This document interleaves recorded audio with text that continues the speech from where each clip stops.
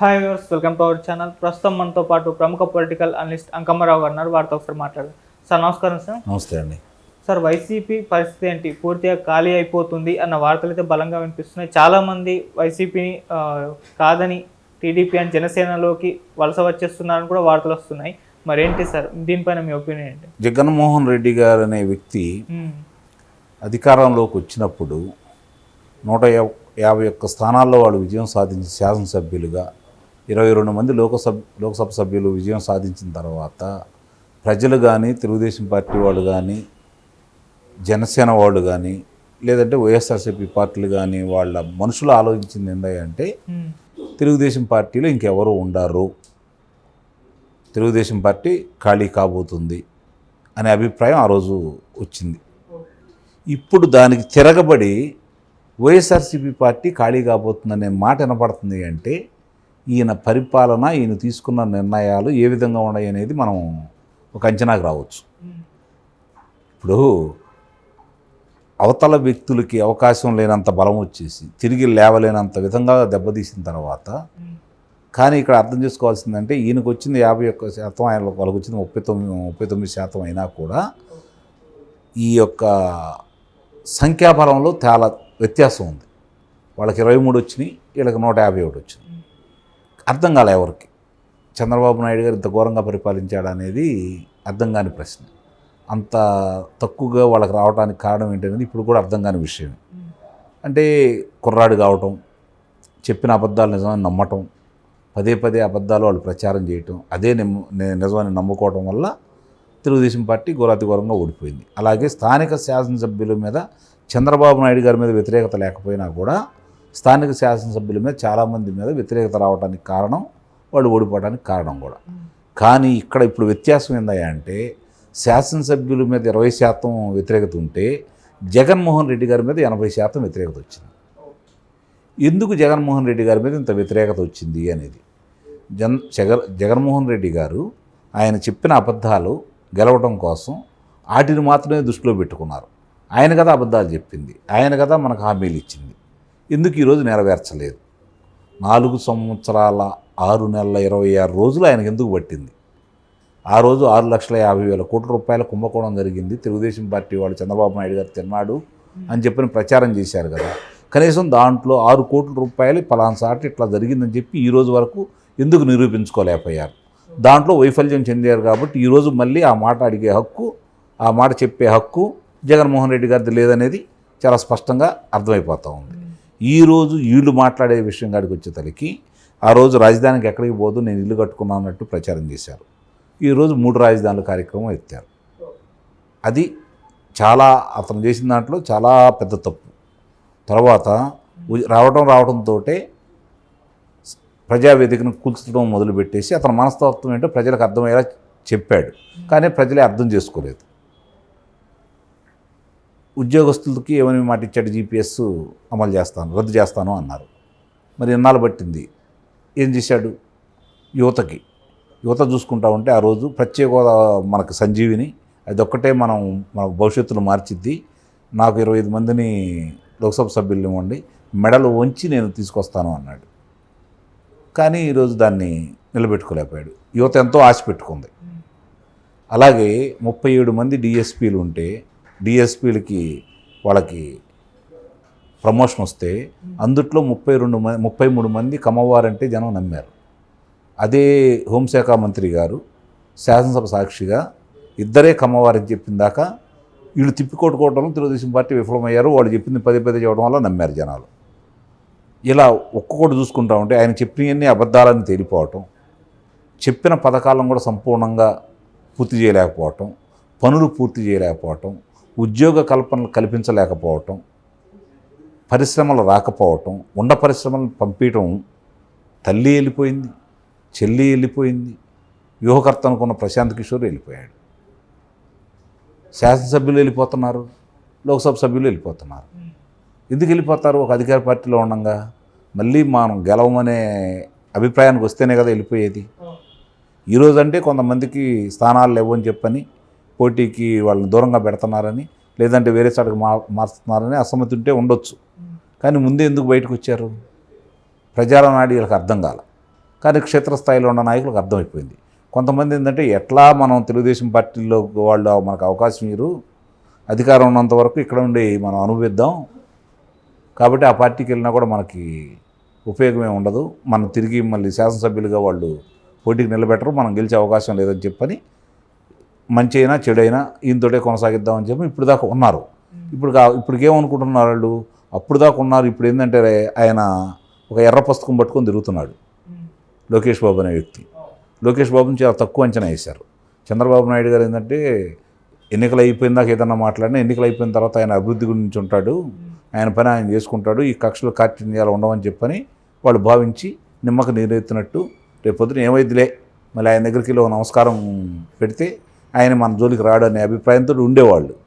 కానీ ఇప్పుడు పరిస్థితి తిరగబడుతూ ఉంది. ఏ విధంగా వాడు చేసే అరాచకాలు రోజు రోజుకి మెతిపోవడం వల్ల ఇప్పుడు మనం ఇట్లా ఉంటే ఆ కుర్రాడు ఆ ఎర్ర పుస్తకం పట్టుకొని తిరుగుతున్నాడు, మన పరిస్థితి ఏంటి అనే భయం వాళ్ళలో మొదలయ్యి కనీసం ఇందుట్లో మరీ అకృత్యాలు చేయని వాళ్ళు కొంతమంది మాకు నాయన మేము మీ పార్టీలోకి వస్తాము, మేము శాసనసభ్యులుగా పోటీ చేయము, మీ అభ్యర్థులు మేము గెలిపిస్తాము, మమ్మల్ని మీ పార్టీలో చేర్చుకోండి అనే విధంగా తయారయ్యారనేది వార్తలు వినపడతా ఉన్నాయి. అంటే ఎంత భయపడుతున్నారో అర్థం చేసుకోండి. అంటే లోకేష్ని ఆ విధంగా తయారు చేసింది జగన్మోహన్ రెడ్డి గారే నిస్సందేహంగా.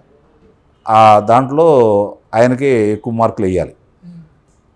అతన్ని ఎంత ఇబ్బంది పెట్టాడో అంతగా అతను రాటు తేలిపోయి తయారయ్యాడు. వీళ్ళు చేసి ఏంటంటే తెలుగుదేశం పార్టీ వాళ్ళు అక్రమాలు చేశారు, అన్యాయాలు చేశారు, దోపిడీ చేశారు, దుర్మార్గాలు చేశారని చెప్పి నమ్మించిన వీళ్ళకి అక్కడ ఏమీ నిరూపించలేకపోవడం అనేది వీళ్ళకి చాలా ఇబ్బందికరమైన పరిణామం. ఇప్పుడేంటి, అతను నిరూపించుకోవడానికి సాక్ష్యాధారాలు సహా వస్తున్నాడు.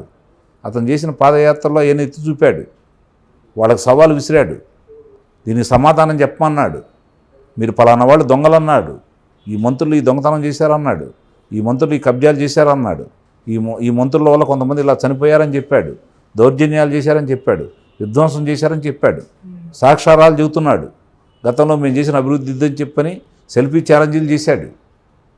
కానీ వీళ్ళ దగ్గర సమాధానం లేదు. అది ప్రజల్లోకి యువతలోకి బాగా వెళ్ళిపోయింది. మేము ఆ రోజు 5,60,000 మందికి ఉద్యోగాలు ఇచ్చాము, మరి ఈరోజు మళ్ళీ మేము వస్తే అధికారంలోకి వస్తే 20 లక్షల మందికి ఉద్యోగం ఇస్తామని చెప్పే విధానం యువతకు నచ్చుతుంది ఈరోజు. ఆ రోజు ఏ యువత అయితే జగన్మోహన్ రెడ్డి గారి వెంట పరిగెత్తారో, జగన్మోహన్ రెడ్డి గారి గెలుపుకి ముఖ్య పాత్ర వహించారో, ఈరోజు వాళ్ళందరూ కూడా వ్యతిరేకిస్తున్నారనేది వాళ్ళకి అర్థమైపోయింది. ఇవన్నీ జరుగుతున్న తర్వాత ఇంకా పార్టీలో ఎవరుంటారు చెప్పండి? ఇప్పుడు వాళ్ళ దారి ఏంటి?